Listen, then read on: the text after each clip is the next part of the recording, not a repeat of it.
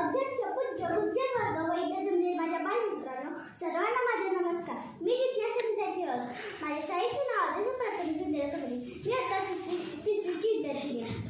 मी आज तुम्हाला लोकमान्य याविषयी 4 शब्द सांगणार आहे. ते तुम्ही शांतपणे ऐकून घ्यावे अशी माझी विनंती होती. स्वराज्य हा माझा जन्मसिद्ध हक्क आहे आणि तुम्ही मिळवणारच अशी जनागरी स्वातंत्र्य ही स्वराज्य विषय असताना कल्पना मांडणारे महापुरुषाचे नाव आदराने घेतले जाते. या महापुरुषाचे नाव आहे लोकमान्य उर्फ बाळ गंगाधर टिळक. वडील गणित आणि संस्कृतचे गाढे अभ्यास करत होते. अशाच या महापुरुषाचा जन्म 1856 रोजी कळगाव जिल्ह्यातील रत्नागिरी येथे झाला. त्यांच्या वडिलांचे नाव गंगाधर पंत व आईचे नाव पार्वतीबाई असे होते.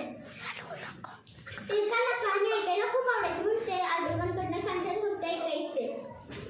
शालेय जीवनापासूनच ते धाडसी व बुद्धीचे होते. त्यांच्यामध्ये समाजात अन्यायाविरुद्ध भेटीविरुद्ध सत्याचा मार्ग पत्करून समाजातल्या तळागाळातील लोकांच्या प्रश्नासाठी संघर्ष करणारे महामानव म्हणून टिळकांकडे पाहिले गेले. अत्यंत खड्डर आणि कठोर परिस्थिती सामोरे जाऊन त्यांनी स्वतःचे शिक्षण पूर्ण केले. चपलूणकर आणि आगरकर यांच्या मदतीने न्यू इंग्लिश स्कूल फर्ग्युसन कॉलेजची स्थापना केली. लोकांचा विकास करायचा असेल तर त्यासाठी त्याची गरज आहे हे ओळखून संस्थेची स्थापना केली. अशाच या महापुरुषाचा मृत्यू 1 ऑगस्ट 1920 रोजी मुंबई येथे झाला. एवढे बोलून मी माझे भाषण संपवते. जय हिंद.